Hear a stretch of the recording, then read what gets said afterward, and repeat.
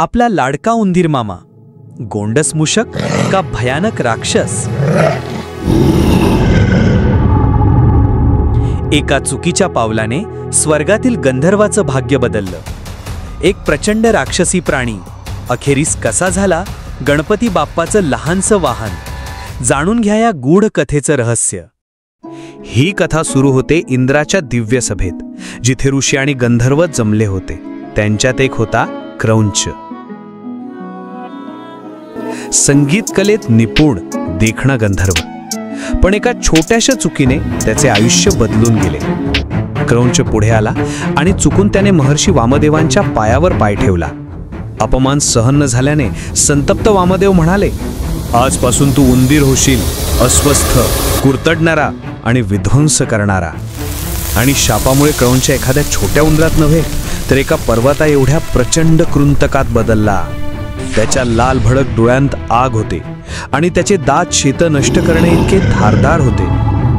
तो राक्षसी उंदीर गावोगावी धुमाकूळ घालू लागला। धान्य खाल्ले, गुरे चिरडली, शेत उद्ध्वस्त झाली, लोक भयभीत झाले। त्यांच्या आक्रोशाने आकाश दणाणून गेले। तोच आक्रोश पोचला महर्षी पराशरांच्या आश्रमात, जिथे गणेशही वास्तव्याला होते। आणि गणेशाने ठरवले, आता या विध्वंसाला थांबवायलाच हवे। गणेश पुढे आले, शांत पण ठाम। त्यांच्या हातातून सुटला पाश, तेजस्वी दिव्य फास। तो हवेतून झेपावत जाऊन त्या प्रचंड उंदराच्या मानेभोवती आवळला गेला। क्षणात तो भीषण प्राणी गणेशाच्या चरणी कोसळला। गणेश म्हणाले, निरपराधांना त्रास दिल्याबद्दल तुला शिक्षा मिळायलाच हवी। पण तो उंदीर थरथरत म्हणाला, देवा मला क्षमा करा, या शापित रूपावर माझा काहीही ताबा नाही।